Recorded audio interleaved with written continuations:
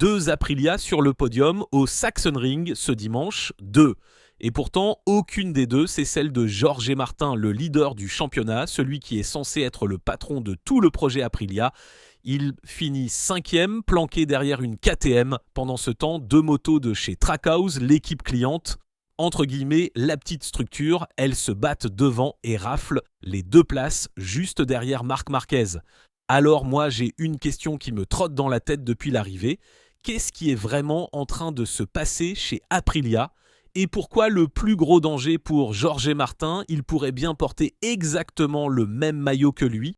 Parce qu'il faut bien réaliser ce qui vient de se produire, hein ? Ogura 2e, Raúl Fernandez 3e, tous les deux sur l'Aprilia cliente, celle qui est censée rouler un cran en dessous de l'usine, et le leader du championnat sur l'Aprilia officielle, celle qui a tous les moyens, il termine 5e. Bon bah forcément, ça pose une question qui dépasse largement une seule course, parce qu'on rentre pile dans la trêve estivale, plusieurs semaines sans rouler. Et l'image qui va rester gravée tout l'été, c'est pas Martin en costume de leader. C'est 2 motos clientes qui arrostent le podium et le patron qui regarde ça depuis la 5e place. Alors reprenons depuis le début. Cette saison, dans le paddock, tout le monde vous aurait sorti la même phrase. Aprilia, c'est Jorge Martin. On était allé chercher un champion du monde à prix d'or, on avait bâti le projet autour de lui et il a fait le boulot, il a pris la tête du championnat. Voilà, sur le papier, l'usine tient son leader et les équipes clientes ramassent les miettes. Sauf que ce dimanche, cette histoire-là, elle a volé en éclats. Ai Ogura, à peine à sa 2e saison dans la catégorie Rennes, mais déjà vainqueur à Assen il y a 15 jours, sa toute première victoire en MotoGP. Et bah il remet ça et finit 2e. Et son coéquipier Raúl Fernandez complète le podium. 2 clients, 2 motos sans la priorité usine et devant eux sur la même Aprilia mais version officielle, un champion du monde qui rame. Du coup, le sommet du championnat change complètement de visage. Le vrai rival de Martin avant la trêve, c'est plus une Ducati, c'est plus un Marquez, c'est Ogura, un gars qui roule sur la même machine que lui, ou presque, et qui va plus vite. Et ça, croyez-moi, dans un box, c'est le genre de vérité qui fait très très mal. Alors regardons les faits, parce que c'est pas juste une impression. L'usine Aprilia, ce week-end, elle a souffert, et pas qu'un peu. Martin, 5e, et encore, il a bataillé jusqu'au bout pour tenir Pecco Bagnaia derrière. Et l'autre moto officielle, celle de Marco Bezzecchi, elle était même pas sur la grille. L'Italien s'est fait opérer de la clavicule après sa chute. Donc côté usine, un pilote diminué 5e et un 2e carrément absent, 0 podium. Et pendant ce temps-là, l'équipe cliente, elle plante 2 motos dans le top 3, vous voyez le décalage. Et le plus fort, c'est que Martin, il n'a pas cherché la moindre excuse. Tout le week-end, l'Espagnol a répété qu'il arrivait toujours trop tard le dimanche et qu'il devait continuer à progresser pour la 2e partie de saison. Je n'ai aucun point fort en ce moment, il a lâché et si on continue comme ça va être compliqué. Voilà, c'est le leader du championnat qui reconnaît qu'il est en difficulté. Pendant que les 2 motos clientes, elles, finissent devant lui. Quand c'est le pilote en personne qui le dit, il n'y a plus trop de débat, quoi. Ah, et au passage, parce qu'il y a un détail que beaucoup de gens n'ont pas capté. Ce Ai Ogura qui met la pression à Martin cet été, l'année prochaine, il sera son coéquipier chez Yamaha. Les deux quittent Aprilia pour rejoindre le constructeur japonais en 2027. Et Ogura, il l'a dit lui-même, je le cite, « Avoir un coéquipier fort comme Jorge, c'est vraiment important. Ça va être intéressant. » Intéressant, ouais.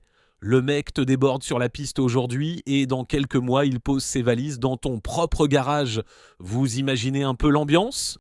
Bon, et pendant que l'Aprilia se déchire de l'intérieur, tout devant, il se passait un truc historique aussi. Marc Marquez, il a gagné, encore. Sa 10e victoire ici, au Sachsenring, dans la catégorie Rennes, et avec elle, il égale un record d'une pure légende, Giacomo Agostini. 10 succès sur un même circuit, un record posé à Imatra il y a des décennies. Et le plus dingue, c'est que ces 2 poursuivants du sprint, Alex Marquez et Fabio Di Giannantonio, tous les deux dans la même seconde que lui la veille, et les 2 sont partis à la faute le dimanche, et c'est exactement cette porte-là, celle laissée ouverte par les Ducati qui chutent, que les deux Trackhouse ont enfilé pour aller chercher leur podium. Le chaos devant, il a servi les clients d'Aprilia, pas l'usine. Et d'ailleurs, tiens, pendant qu'on y est, si vous aimez qu'on gratte sous les résultats comme ça, sans langue de bois, pensez à vous abonner à la chaîne, ça nous aide énormément à continuer. Alors qu'est-ce que ça nous raconte tout ça ? Qu'on s'est trompé sur la nature même de cette histoire. Pendant des mois, on a cru que le duel Aprilia, c'était Martin qui portait l'usine vers le titre, avec les clients derrière dans le rôle des faire-valoir. En vrai, non. Ça n'a jamais été l'histoire d'un leader d'usine intouchable. C'est devenu celle d'un constructeur dont les meilleures armes, c'était à tout pas ses motos d'usine. C'était ses motos clientes. Et pour Martin, c'est un problème d'un genre tout nouveau. Parce qu'un rival sur une autre marque, vous pouvez toujours vous dire « Bon, il a une meilleure moto sur ce circuit, ça va s'inverser ». Mais quand le gars qui vous passe devant roule sur une Aprilia comme vous, avec quasiment le même matériel, l'excuse, elle s'évapore. C'est plus la faute de la machine, c'est vous. D'ailleurs, écoutez comment il a réagi dès qu'il a pris la tête du championnat à Assen. Quand on lui ressort la fameuse stat qui dit que le leader à Assen finit souvent champion, l'Espagnol balaye ça d'un revers de main. Il lâche quelque chose que moi je trouve super révélateur.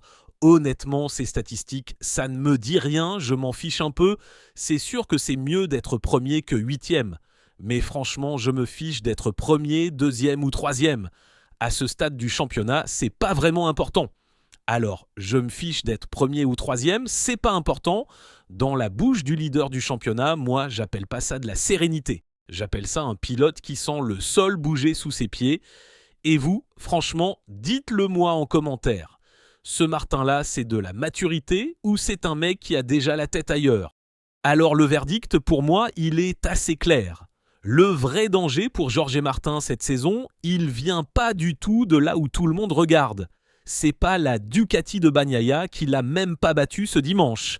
C'est pas Marc Marquez qui joue presque dans une autre catégorie. Le vrai danger, il vient de l'intérieur. Il vient du garage d'à côté, il vient d'un guidon client, celui d'un pilote japonais qui débarque, qui a rien à perdre et qui a déjà prouvé qu'il allait plus vite que l'Aprilia officielle. Et le pire, c'est le timing.